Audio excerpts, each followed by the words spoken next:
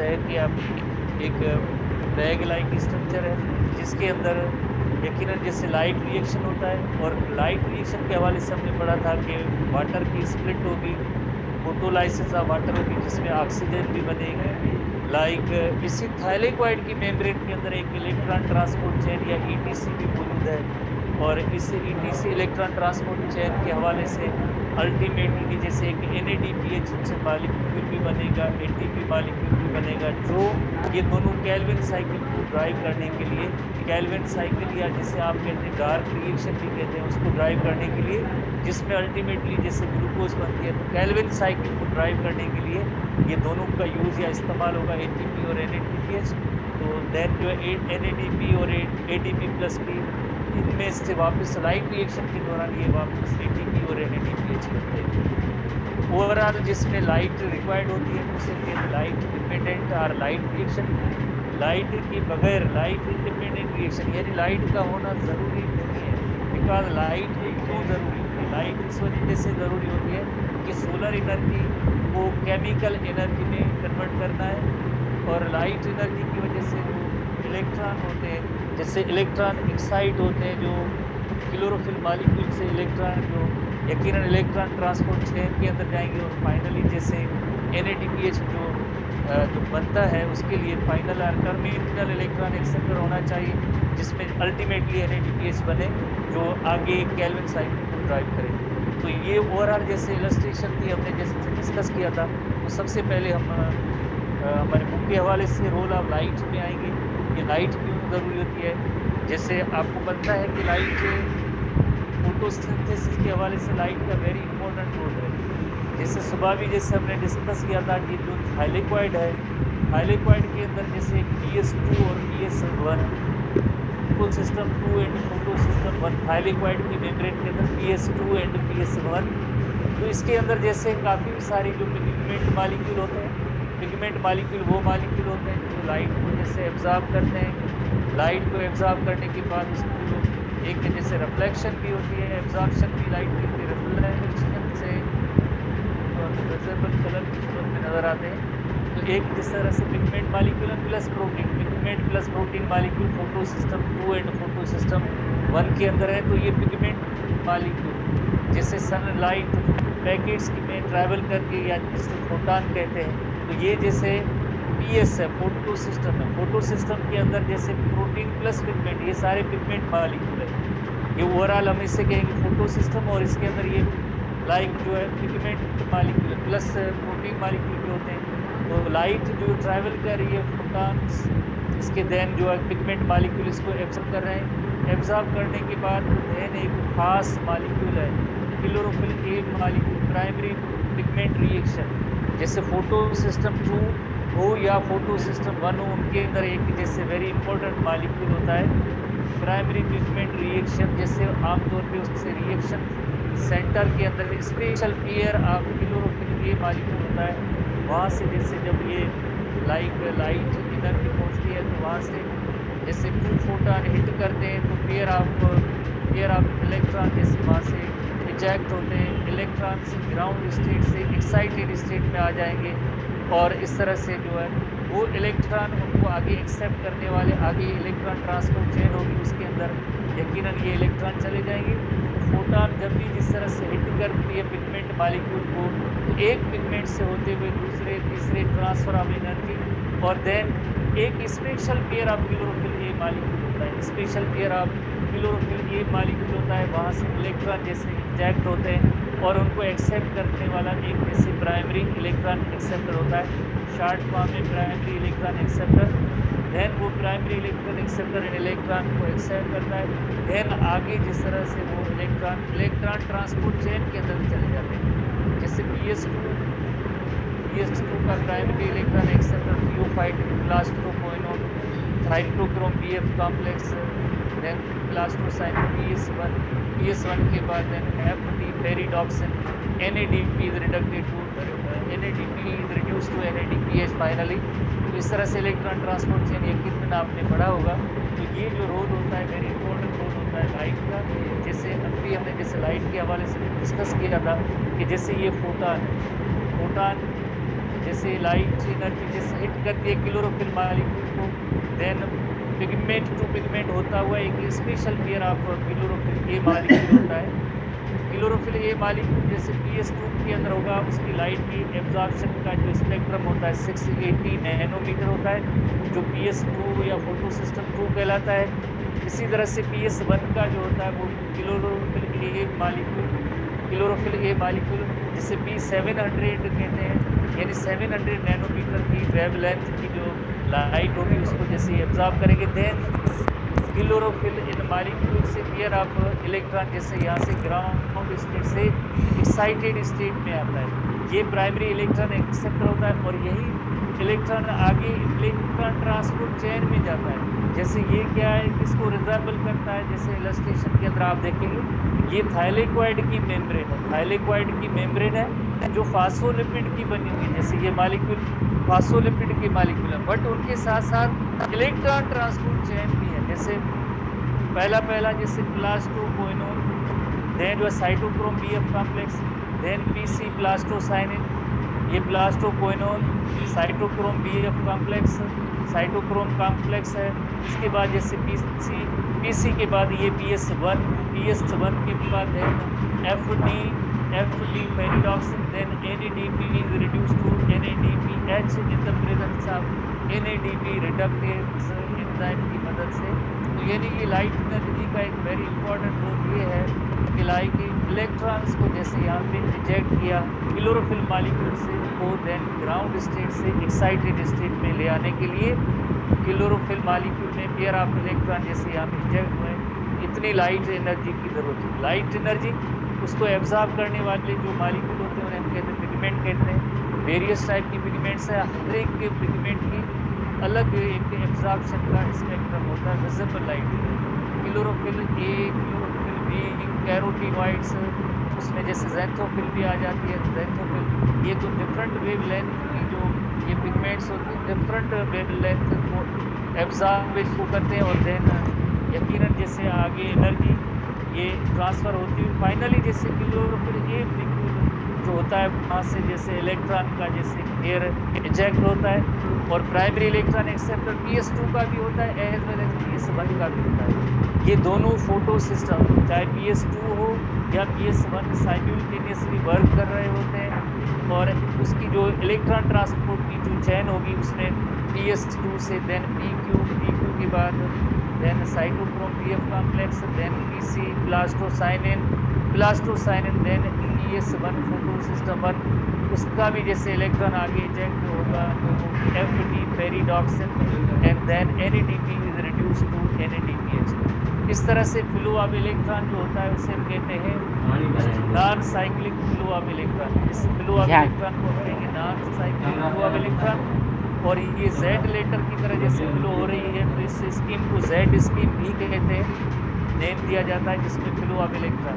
Electron को जैसे ground state से एक्साइटेड स्टेट में लाने के लिए जैसे लाइट एनर्जी की जरूरत पड़ती है, लाइट को एब्जॉर्ब करने के लिए प्लांट्स के पास वेरियस टाइप की जो पिगमेंट्स होती है, डिटेल में हमारे बुक के अंदर भी है। Chlorophyll A, chlorophyll B, carotenoids, xanthophyll हम इनको डिस्कस करेंगे।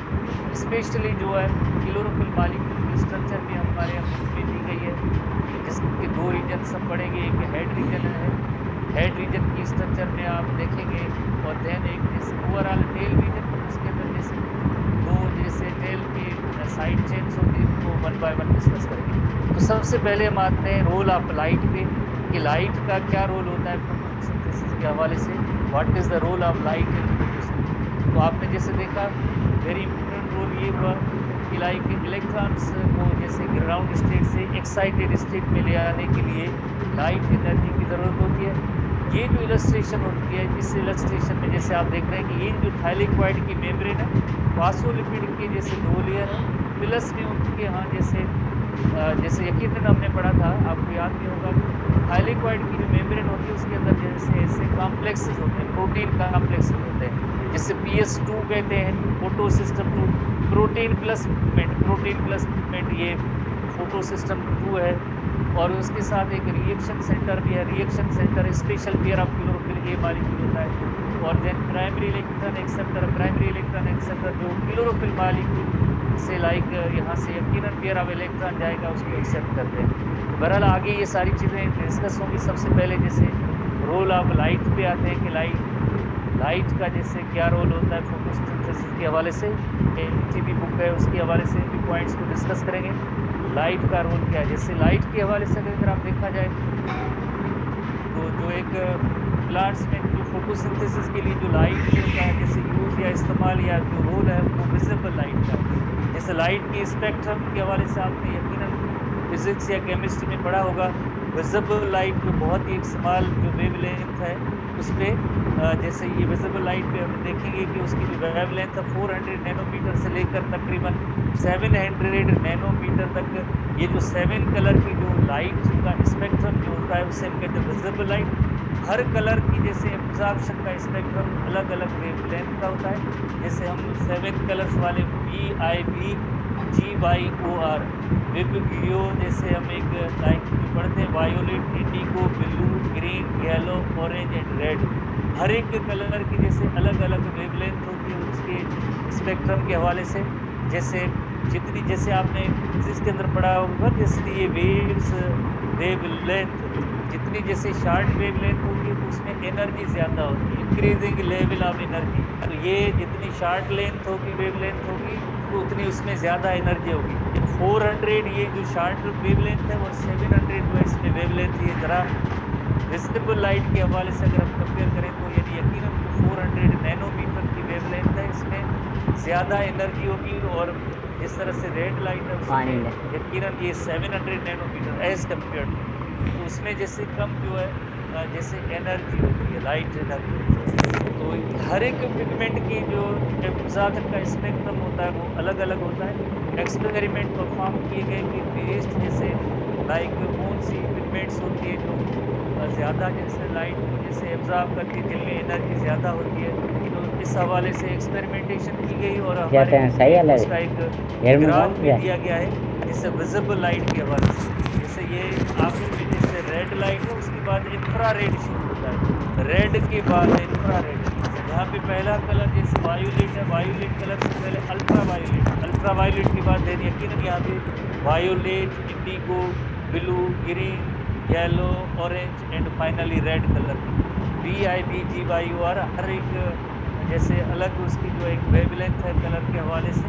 तो इसी तरह से हम देखेंगे कि लाइक कौन कौन से जैसे 7 कलर विजिबल लाइट के हवाले से आपको पता है कि इंफ्रारेड और अल्ट्रा वायलेट के दरमियान जैसे विजिबल लाइट है तो 400 नैनोमीटर से लेकर 700 नैनोमीटर तक हर एक के जैसे जो विजिबल लाइट की अलग अलग वेवलेंथ है उसकी जैसे 400 नैनोमीटर जैसे ये इसमें ज़्यादा एनर्जी होगी एज़ कम्पेयर टू 700 नैनोमीटर। तो हमने पहले ही थोड़ा सा डिस्कस किया था। तो लाइट के हवाले से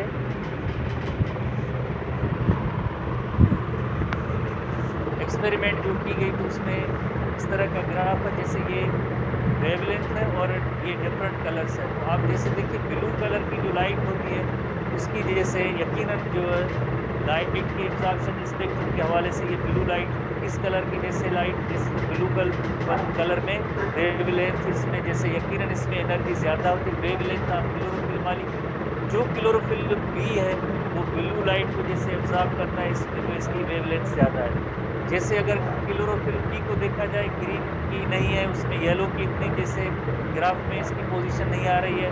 और इसी तरह से अगर आप देखें ऑरेंज में भी नहीं आ रही है, रेड भी नहीं आ रही है। इसी तरह से क्लोरोफिल ए जो मालिक्यूल है क्लोरोफिल ए मालिक्यूल को अगर देखा जाए तो क्लोरोफिल ए मालिक्यूल जैसे ये येलो कलरेशन तो क्लोरोफिल ए मालिक्यूल के हवाले से ग्राफ के अंदर तो इसमें जैसे वेवलेंथ सबसे ज़्यादा जैसे वायोलेट कलर की जैसे ज़्यादा नजर आती है। क्लोरोफिल बी और क्लोरोफिल ए के हवाले से क्लोरोफिल बी और ए की वेवलेंथ का ऐसा ग्राफ मौजूद है। कैरोटीनॉइड्स का भी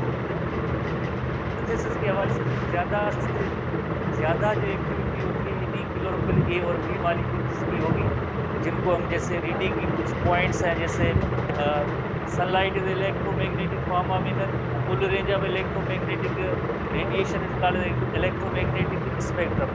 विजिबल लाइट जो स्मॉल पोर्शन है इसके अंदर 380 नैनोमीटर से लेकर 750 नैनोमीटर तक, या खास तौर पर जैसे डायग्राम्स वगैरह में 400 नैनोमीटर टू 700 नैनोमीटर शो की गई है, which is not only seen bye naked eye but effect for photosynthesis process.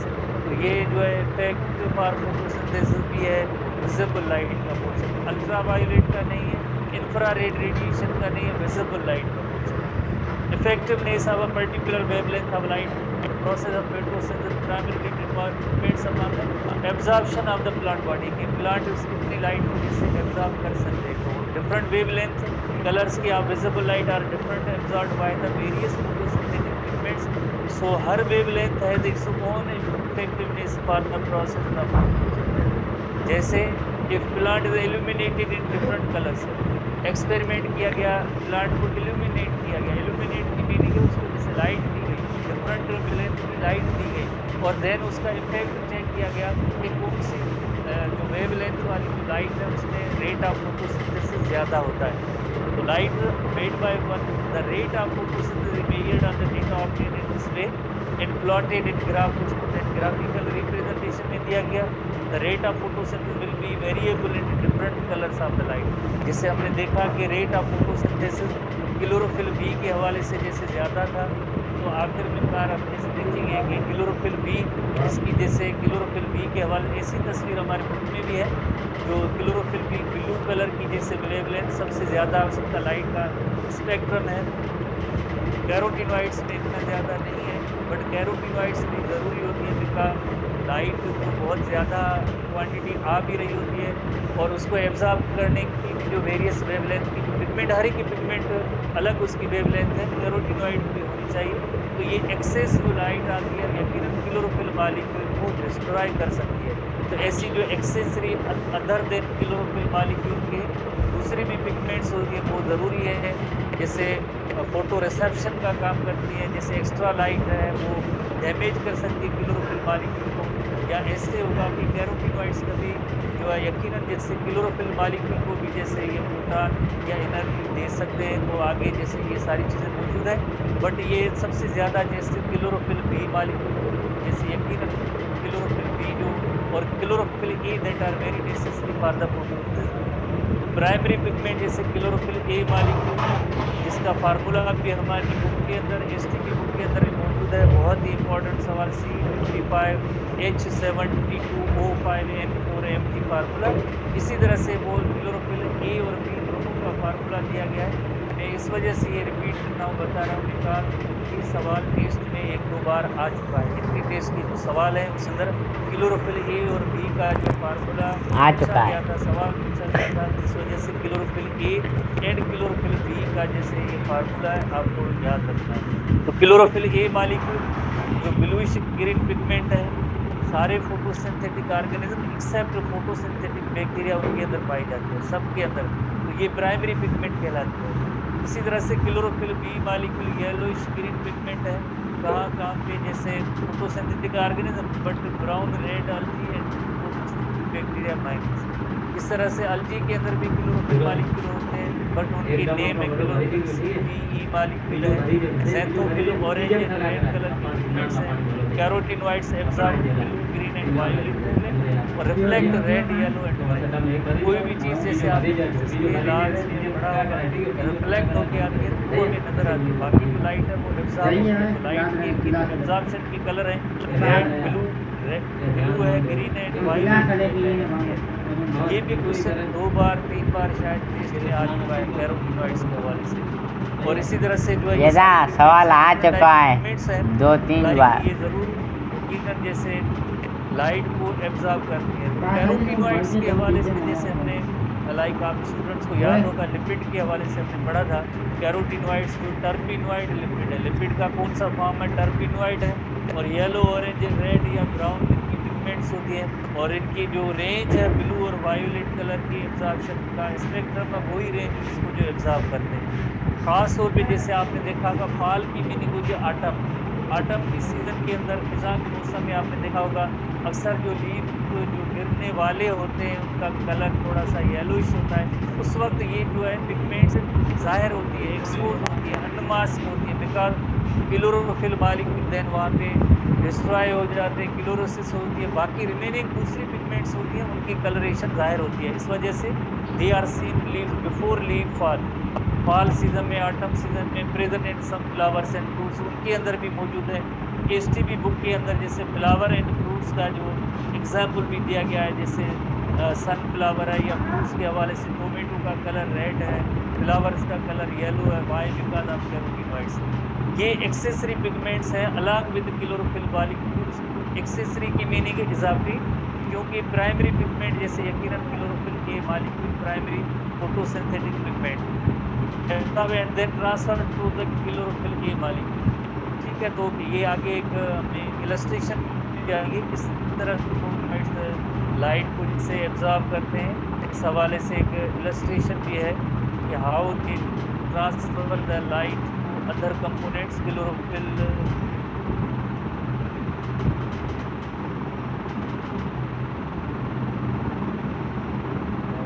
Absorption का स्पेक्ट्रम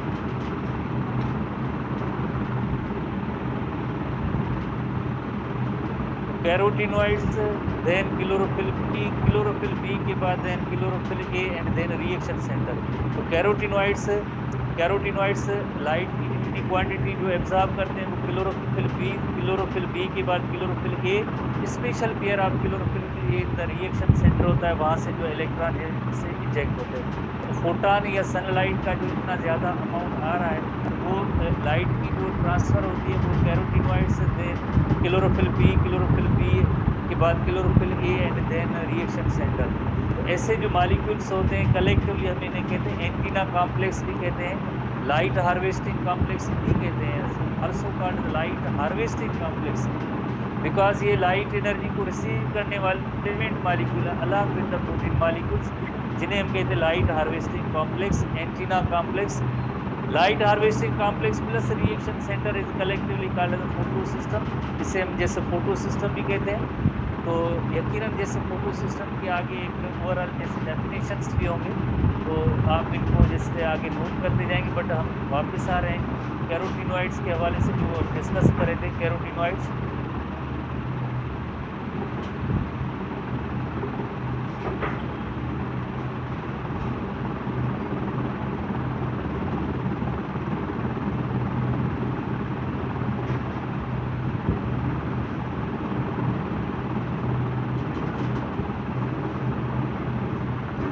यहाँ पे carotenoid transfer into the chlorophyll.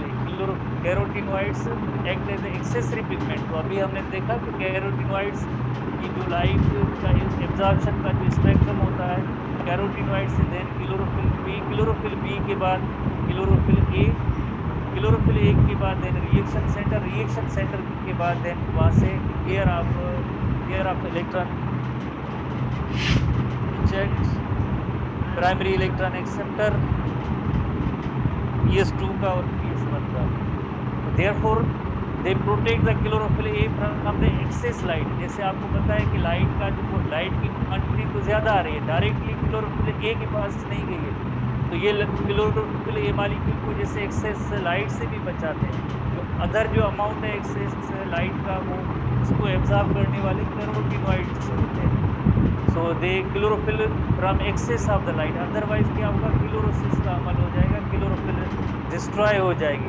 इसी तरह से कैरोटीनॉइड्स के हवाले से हमारी बुक में है कि they attract insects and birds and other animals for pollination and dispersal of their spores. उसके लिए भी क्लोरोफिल ये कैरोटीनॉइड्स का इंपॉर्टेंट रोल है। आगे कैरोटीनॉइड्स दो किस्म की कैटेगरीज दी गई है, जैसे कैरोटीन एंड ज़ैंथोफिल। कैरोटीन के हवाले से जब हम पढ़ते हैं कि ये ऑरेंज कलर की पिगमेंट है, xanthophyll refers to yellow colour. तो इसमें एग्जाम्पल भी मोर ओवर और दिया गया है, जैसे कि बीटा कैरोटीन और बी कैरोटीन है, और ज़ैंथोफिल का जैसे रूटीन जैसे एग्जाम्पल दिया गया है। The found in most photosynthetic eukaryotic organism, xanthophyll are yellow in colour and they are also composed of isoprenoid unit. जैसे हमने लिपिड्स के अंदर आइसोप्रीनोइड यूनिट पढ़ा था C5H8, वही सेम वाला। और ल्यूटिन जो है distributed xanthophyll is responsible for yellow colour. जैसे फोलिएज इन ऑटम, फोलिएज कहते हैं यकीनन जैसे जो लीव्स होते हैं, कलेक्टिवली उन्हें फोलिएज कहते हैं, उनके अंदर भी खराब है सेम येलो कलर कैरोटीनॉइड्स की वजह से होता है, येलो कलर कैरोटीनॉइड्स की वजह से।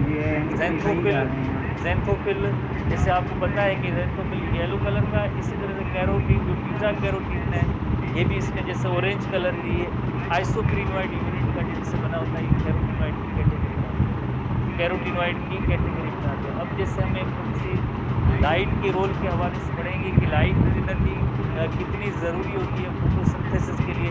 जैसे आपको पता है कि अगर लाइट नहीं होगी तो इलेक्ट्रॉन जैसे ग्राउंड स्टेट से एक्साइटेड स्टेट भी नहीं आएगी, इलेक्ट्रॉन ट्रांसपोर्ट चेन भी नहीं होगी, और NADPH भी नहीं बनेगा, और ATP भी नहीं बनेगी, ATP मॉलिक्यूल भी नहीं बनेंगे। सारा लाइट डिपेंडेंट रिएक्शन है वो नहीं हो सकेगा। तो जैसे अगर सनलाइट जैसे बढ़ती जाती है तो रेट ऑफ फोटोसिंथेसिस भी बढ़ता जाएगा एक लिमिट तक, बट एक्सेस लाइट होती है आपको पता है वो भी जैसे फोटोसिंथेसिस का रेट आगे एक्सेस लाइट में आगे नहीं बढ़ता है। तो इसकी ग्राफिकल रिप्रेजेंटेशन ये होती है, एक जैसे लाइट इंटेंसिटी हॉरिजॉन्टल लाइन पे, rate of variation vertical line. जैसे लाइट इंक्रीज होती है तो रेट ऑफ वेरिएशन बढ़ता है। उसके बाद क्या होगा कि जस्ट एक स्टॉप हो जाता है, सेम रह जाता है, कोई उसके अंदर चेंज नहीं आती है, नो ग्रोथ नो डिक्लाइन वाली कंडीशन आ जाती है। तो यानी जितनी शुरू में अगर इनिशियल अगर लाइट जितनी बढ़ती जाएगी रेट ऑफ फोटोसिंथेसिस उतना बढ़ता जाएगा। तो ऐसा ग्राफ जो आगे जैसे यकीनन एक स्ट्रेट लाइन हो जाती है, इसका मतलब है कि नहीं वो रिएक्शन बढ़ा है नहीं कम हुआ है। तो ये शो कर रही है कि एक लाइट का जैसे अमाउंट थोड़ा सा कांस्टेंट हो गया तो रेट ऑफ रिएक्शन वही सेम रहता है। तो light intensity increases reaction will increase. जैसे लाइट इंटेंसिटी बढ़ती है रेट ऑफ फोटोसिंथेसिस भी बढ़ेगा। As more chlorophyll are being photo activated, जितने क्लोरोफिल मॉलिक्यूल एक्टिवेट होंगे, जैसे इलेक्ट्रॉन जैसे ग्राउंड स्टेट से एक्साइटेड स्टेट में आएंगे, NADPH ज़्यादा ATP ज़्यादा बनेगा, तो यकीनन जैसे वो डार्क रिएक्शन भी इतना जैसे ज़्यादा ड्राइव होगा, फोटोसिंथेटिक यील्ड या प्रोडक्ट भी ज़्यादा, रेट ऑफ फोटोसिंथेसिस ज़्यादा। At certain light intensity photosynthetic rate will be plateau की मीनिंग होती है ना उसमें ग्रो करे ना डिक्लाइन हो, सेम इक्वल एक जैसा रहे। As available chlorophyll are saturated with the light, जितने क्लोरोफिल मॉलिक्यूल थे वो सब जैसे उनको फोटोन जैसे हिट करें, सैचुरेटेड हो। ऐसे जिस तरह से आपको याद होगा एंजाइम प्लस सबस्ट्रेट अगर एक्टिव साइट ऑफ एंजाइम के अंदर जैसे बाइंड होती है तो हम कहते हैं कि एंजाइम सैचुरेटेड हो गया। इसी तरह से ये भी क्लोरोफिल मॉलिक्यूल लाइट के हवाले से सैचुरेटेड हो जाएंगे तो फिर इतना ज़्यादा आगे रिएक्शन नहीं होगा। Different wavelength of the light will have different effects on the rate of photosynthesis, जैसे हमने पहले ही पढ़ा है। बट ये डायरेक्टली शुरू में तो डायरेक्टली प्रोपोर्शनल है, जितनी लाइट इंटेंसिटी ज़्यादा होगी इतना ही रेट ऑफ फोटोसिंथेसिस बढ़ेगा। फिर क्या होगा कि एक जस्ट स्ट्रेट लाइन शो करती है कि जितने भी लाइट क्लोरोफिल मॉलिक्यूल होंगे वो सब जैसे सैचुरेटेड हो गए विद द लाइट, तो फिर वो लाइट यकीनन जैसे हम कहेंगे डायरेक्ट अदरवाइज डायरेक्टली प्रोपोर्शनल है। उसके बाद जैसे हम क्लोरोफिल मॉलिक्यूल की जैसे इलस्ट्रेशन को देखेंगे, क्लोरोफिल मॉलिक्यूल किस तरह का बना होता है। जैसे आपको पता है कि क्लोरोफिल मॉलिक्यूल के अंदर जैसे मैग्नीशियम ज़रूरी होता है जो सेंटर में है, और इसके बाहर जो है पोरफायरिन रिंग होती है। पोरफायरिन रिंग कितनी होती है? 4 ऐसी टेट्रापायरोल रिंग्स होती है, जैसे रिंग नंबर 1, रिंग नंबर 3 और रिंग नंबर 4। 4 ऐसी रिंग्स होती हैं, सेंटर में मैग्नीशियम होता है। टेल बज़ाहिर ये रीजन पूरा टेल कहलाता है, बट उसके अंदर एक साइड चेन और भी होती है। टेल बड़ी जो है लाइक ये जो चेन होती है उसे कहते हैं फाइटोल कहते हैं। एक और साइड चेन भी होती है। Overall this region is called the tail, और इस रीजन को कहते हैं हेड कहते हैं। क्लोरोफिल मॉलिक्यूल कहाँ होता है? आपको पता है कि थाइलेकोइड की जो मेम्ब्रेन है सरफेस पे ये जो हेड होगा, सरफेस पे हेड होगा। वाई? बिकॉज सनलाइट को रिसीव करने का काम ये हेड का होगा। जो टेल होगा, टेल एंड जो इस थाइलेकोइड की जो मेम्ब्रेन है उसके अंदर फिक्स होगा क्लोरोफिल हेड को फिक्स करने के लिए। क्लोरोफिल मॉलिक्यूल जैसे यकीनन जैसे थाइलेकोइड के अंदर रहना चाहिए, तो उसको फिक्सेशन में जो टेल का रोल है, बाकी हेड का जो रोल होगा टुवर्ड्स द लाइट होगा। तो अब हम जैसे हम नोट करेंगे कि like what is porphyrin ring और what is tetrapyrrole ring. Porphyrin ring और टेट्रापायरोल रिंग क्या होता है? जैसे एक porphyrin ring and tetrapyrrole ring, इसको हम देखते हैं कि लाइक पायरोल रिंग उसे कहते हैं, जैसे लाइक उसके अंदर पायरोल रिंग जो है 5 मेंबर्ड रिंग होती है। फार्मूला उसका होता है C4H4NHC4H4।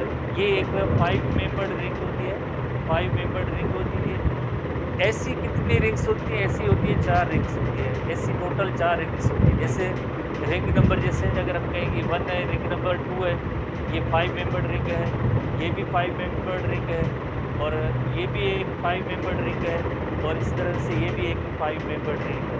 तो ये 5 मेंबर्ड रिंग 4 हैं टोटल, इनका तादाद 4 है, 1 2 3 4। हेड रीजन के अंदर, क्लोरोफिल मॉलिक्यूल के हेड रीजन के अंदर ऐसी पायरोल की रिंग्स जो है, पायरोल क्या है, that is the C4H4NH molecule. ऐसी रिंग जो 5 मेंबर्ड रिंग बनती है उसे हम कहते हैं पायरोल रिंग। और ओवरऑल ये जो क्या रिंग, ओवरऑल एक रिंग जैसी स्ट्रक्चर होती है उसे कहते हैं पोरफायरिन रिंग। ये जो ओवरऑल जो है porphyrin ring compose of 4 modified pyrrole subunits interconnected at their alpha carbon atoms via methane bridges. तो ये इन ब्रिजेस के जरिए ये सारी जो कनेक्टेड होती है, इन कनेक्टेड होती है। तो इसी ओवरऑल पार्ट को हम कहेंगे porphyrin ring. Porphyrin ring, porphyrin ring, porphyrin ring के अंदर 4 जैसे 4 पायरोल रिंग्स हैं, जिसकी वजह से हम इन्हें कहते हैं tetrapyrrole ring. Tetrapyrrole ring, tetrapyrrole ring, tetrapyrrole ring. Tetra लफ्ज की मीनिंग है 4, और पायरोल रिंग क्या होती है? पायरोल रिंग 4H4H होता है। खास तौर पे जैसे हेड रीजन के अंदर क्लोरोफिल ए और बी की जैसे डिटर्मिनेशन होती है कि आइदर मॉलिक्यूल क्लोरोफिल ए होना है या बी होना है। रिंग नंबर 2 जो होती है उस पर अगर जैसे हमारे बुक के अंदर जैसे अगर आप देंगे तो वहाँ पे वेरी क्लियर इसको याद करेंगे आप। क्लोरोफिल ए में रिंग नंबर 2 पे अगर मिथाइल ग्रुप होता है CH2 तो क्लोरोफिल ए, और क्लोरोफिल बी तब होगा जब उसके साथ अल्डिहाइड ग्रुप होगा। पोरफायरिन रिंग के अंदर जो पायरोल रिंग है उसके अंदर जैसे हम इस इलस्ट्रेशन पे आते हैं, जैसे फॉर एग्जांपल ये रिंग नंबर 2 है, रिंग नंबर 2 है, इसके जैसे अगर CH2O अल्डिहाइड जैसे ग्रुप है तो क्लोरोफिल बी होगा, CH3 होगा तो यकीनन ये मिथाइल ग्रुप तो क्लोरोफिल ए होगा। डिपेंड करता है इस रिंग पे, CH3 होगा मिथाइल ग्रुप होगा तो क्लोरोफिल ए होगा। इसी तरह से अगर CHO है रिंग नंबर 2 पे उसी जगह पे, यानी दोनों साथ नहीं, तो यकीनन ये जो क्लोरोफिल बी मॉलिक्यूल हो जाएगा। इसी तरह से ये जो टेल पोर्शन है, टेल पोर्शन के साथ साथ एक साइड रिंग भी होती है, एक साइड रिंग है। ओवरऑल जैसे ये टेल है उसके अंदर एक बड़ी जैसे टेल वाला एंड है, प्लस में एक साइड चेन भी होती है।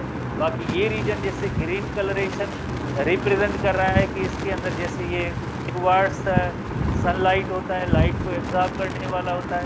Porphyrin ring light absorbing head molecule है, और हाइड्रोकार्बन टेल होता है ये, बाकी हाइड्रोकार्बन टेल है जिसके अंदर 2 साइड चेन्स होती है, 2 साइड चेन्स होती है।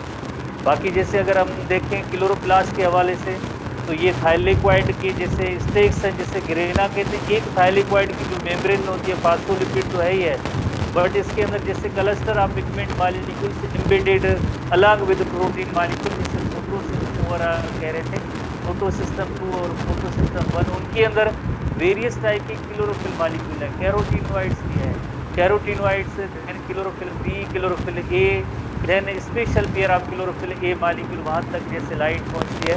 तो ये क्लोरोफिल मॉलिक्यूल का जो हेड पोर्शन है, सेंटर में Mg और मैग्नीशियम, 4 जो रिंग्स होती हैं पायरोल रिंग 1 2 3 एंड 4 रिंग्स होती है। रिंग नंबर 2 जो होती है उस पर अगर अल्डिहाइड जैसे ग्रुप है या मिथाइल ग्रुप है, इसी बेसिस पे आइदर क्लोरोफिल बी मॉलिक्यूल या क्लोरोफिल ए मॉलिक्यूल है। NCB बुक के अंदर इसकी डिस्क्रिप्शन भी मौजूद है। बहुत ही इंपॉर्टेंट सवाल है, क्लोरोफिल ए और क्लोरोफिल बी मॉलिक्यूल कैसे बनते हैं। यकीनन इस पॉइंट को आप थोड़ा सा नोट करेंगे, chlorophyll A and B. Again ये हमने Mg सेंटर में ये रिंग नंबर जैसे 1, रिंग नंबर 2 पे अगर CH3 है मिथाइल ग्रुप है तो क्लोरोफिल ए। रिंग नंबर 2 पे अगर मिथाइल ग्रुप की जगह पे अगर CHO अल्डिहाइड ग्रुप है तो क्लोरोफिल बी होगा, तो क्लोरोफिल बी होगा, यकीनन क्लोरोफिल बी होगा। बहुत ही इंपॉर्टेंट क्वेश्चन।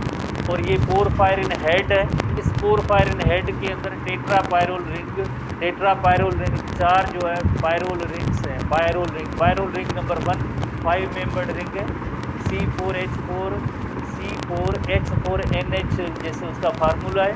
ऐसी 4 रिंग से चारों जो है सेंटर में मैग्नीशियम N4 ये N के साथ इसकी बाइंड होती है, और बाकी अदर ब्रिजेस होती हैं वो पोरफायरिन जैसे हेड बनाते हैं। इस तरह से क्लोरोफिल मॉलिक्यूल अरेंज होता है, क्लोरोफिल मॉलिक्यूल अरेंज। इसी तरह से एक और ग्राफ के हवाले से हम डिस्कस करेंगे। ग्राफिक क्वेश्चन जैसे ग्राफ वाले क्वेश्चन आते रहते हैं। हमने लाइट की इंटेंसिटी का जिक्र किया। इसी तरह से यकीनन टेम्परेचर का भी एक बहुत ही इंपॉर्टेंट रोल होता है। टेम्परेचर शुरू में तो डायरेक्टली प्रोपोर्शनल है, जैसे टेम्परेचर बढ़ेगा तो मॉलिक्यूल्स के दरमियान कोलिजन बढ़ेगी तो रेट ऑफ रिएक्शन बढ़ेगा, बट एक लिमिट तक। उसके बाद अगर मज़ीद टेम्परेचर बढ़ेगा तो देन जैसे रेट ऑफ फोटोसिंथेसिस कम हो जाएगा एक लिमिट तक। तो ऑप्टिमम जैसे रिएक्शन हुआ, उसके बाद अगर टेम्परेचर में इंक्रीज होगी, तो देन क्या होगा, यकीनन आपको पता है स्ट्रोमा जो होता है, स्ट्रोमा के अंदर काफ़ी सारे एंजाइम्स होते हैं जो केल्विन साइकिल को ड्राइव करने के लिए यूज़ होते हैं। वो एंजाइम डीनेचर हो जाएंगे। जब एंजाइम्स डीनेचर हो जाते हैं हाई टेम्परेचर पे, तो यकीनन रेट ऑफ रिएक्शन भी इतना इफेक्ट उस पर ये होगा कि वो कम हो जाएगा। Temperature increase reaction, rate of reaction of photosynthesis will increase, ठीक है, ताकि ग्रेड कोलिजन होती है, रेट ऑफ रिएक्शन ज़्यादा होगा। But above the certain point, जैसे ये टेम्परेचर है, इस पॉइंट से अगर ज़्यादा होगा rate of reaction will decrease, rate of reaction इससे कम होगा, बिकॉज एंजाइम्स एक पर्टिकुलर टेम्परेचर पे काम करते हैं, उसके बाद जैसे यकीनन ये एंजाइम से डीनेचर हो जाते हैं। इसी तरह से एक और फैक्टर है कार्बन डाइऑक्साइड की कंसंट्रेशन। ये तो आपको पता है कार्बन डाइऑक्साइड रॉ मटेरियल होता है। अगर रॉ मटेरियल कार्बन डाइऑक्साइड होगा, रिएक्टेंट होंगे, तो मीन्स आगे यकीनन फोटोसिंथेसिस होगा।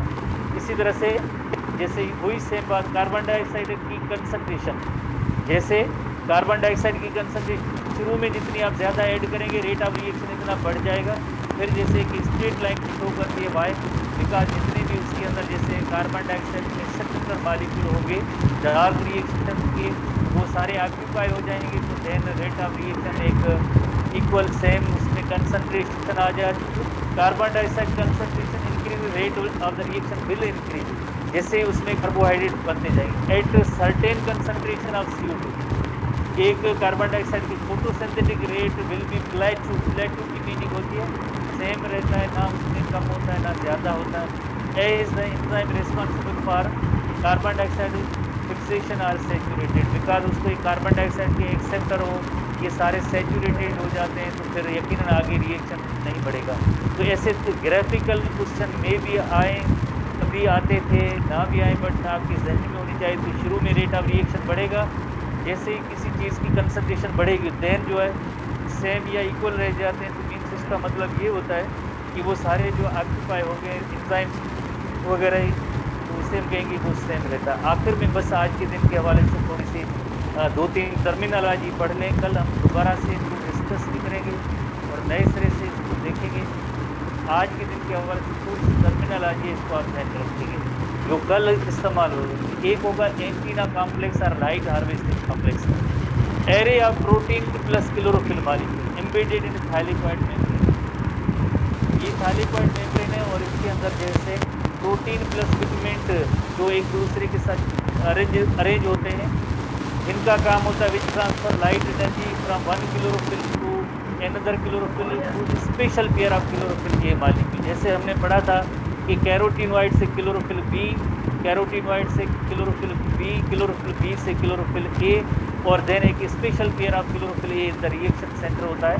तो इसी तरह से तो इस एरे डिफरेंट जैसे पिगमेंट मॉलिक्यूल हैं, carotenoid, chlorophyll B, chlorophyll A, special pair of chlorophyll A, जैसे कैरोटीनॉइड है, chlorophyll B, chlorophyll A, then special pair of chlorophyll A molecule embedded with protein molecule. जैसे ये पर्पल कलर है, ये जैसे हम कहेंगे कि ये लाइक प्रोटीन मॉलिक्यूल है, और ये जो सारे पिगमेंट मॉलिक्यूल हैं, पिगमेंट प्लस प्रोटीन मॉलिक्यूल, इनको हम कलेक्टिवली कहेंगे लाइट हार्वेस्टिंग कॉम्प्लेक्स। इससे हम कहेंगे light harvesting complex.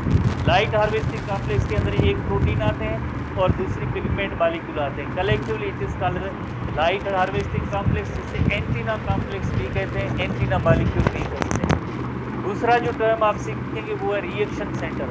Complex of several protein pigment and other cofactors that execute the primary energy conversion of the reaction centre of the photosystem. जैसे ये overall जैसे reaction centre है, जिसके reaction centre है और इसके अंदर जैसे एक special pair of chlorophyll a molecule है। क्लोरोफिल ए मालिक्यूल जैसे अगर फोटोसिस्टम 2 होगा तो इस क्लोरोफिल मालिक्यूल का लाइट स्पेक्ट्रम एब्जॉर्प्शन का स्पेक्ट्रम 80 नैनोमीटर होगा। सेम इसी तरह से PS1 का जो क्लोरोफिल ए मालिक्यूल होगा उसकी लाइट की एब्जॉर्प्शन का स्पेक्ट्रम होगा 700 nanometre. Special chlorophyll a molecule reaction centre के अंदर इसी तरह से तीसरा जो टर्म सीखेंगे photosystem, the combination of antenna molecule. Antenna molecule क्या है? लाइट हार्वेस्टिंग कॉम्प्लेक्स है 15+ पिगमेंट मालिक्यूल। रिएक्शन सेंटर जिसके अंदर आपने देखा कि एक special pair of chlorophyll a molecule है and primary electron acceptor, plus में आप primary electron acceptor collectively it is called photosystem. जैसे PS2 एंड PS1 जो नेम किए गए हैं, PS2 बिकॉज उसके अंदर स्पेशल क्लोरोफिल ए मालिक्यूल जो होता है उसकी जो लाइट की एब्जॉर्प्शन स्पेक्ट्रम है वो 680 है, तो इसे P680 भी कहते हैं PS2। और जो PS1 होता है, PS1 जो होता है उसका जो लाइट के एब्जॉर्प्शन का स्पेक्ट्रम 700 नैनोमीटर है, इस वजह से हम उसे P700 भी कहते हैं। तो किसी भी लाइट फोटो सिस्टम के अंदर कौन से कंपोनेंट होते हैं? एक लाइट हार्वेस्टिंग कॉम्प्लेक्स है जिसमें प्रोटीन पिगमेंट है, रिएक्शन सेंटर है जिसके अंदर special pair of chlorophyll a molecule थोड़े से प्रोटीन, एक प्राइमरी इलेक्ट्रॉन एक्सेप्टर है। जाहिर है यहाँ से इलेक्ट्रॉन जैसे इंजेक्ट होते हैं ग्राउंड स्टेट से एक्साइटेड स्टेट, तो इसको एक्सेप्ट करने वाला एक प्राइमरी इलेक्ट्रॉन एक्सेप्टर होना चाहिए। जैसे PS2 का जो प्राइमरी इलेक्ट्रॉन एक्सेप्टर है आपको पता है उसका नेम है क्लियोफाइटिन, इसका नेम है क्लियोफाइटिन। और इसी तरह से PS1 का इलेक्ट्रॉन प्राइमरी इलेक्ट्रॉन एक्सेप्टर होता है उसका नेम FT है। तो इस तरह से हम कहेंगे कि primary electron acceptor, reaction centre, light harvesting complex, collectively called photosystem. ऐसे फोटो सिस्टम कहाँ होते हैं? ऐसे फोटो सिस्टम थाइलेक्वाइड की मेम्ब्रेन के अंदर, जैसे एक होता है PS2 होता है और दूसरा होता है PS1। तो PS1 है या PS2, उसके अंदर कौन कौन से कंपोनेंट हुए? इसके अंदर एक लाइट हार्वेस्टिंग कॉम्प्लेक्स हुआ, दूसरा क्या है? रिएक्शन सेंटर है, तीसरा क्या है? That is the primary electron acceptor. Collectively it is called photosystem. Collectively हम इसे कहेंगे फोटो सिस्टम कहेंगे।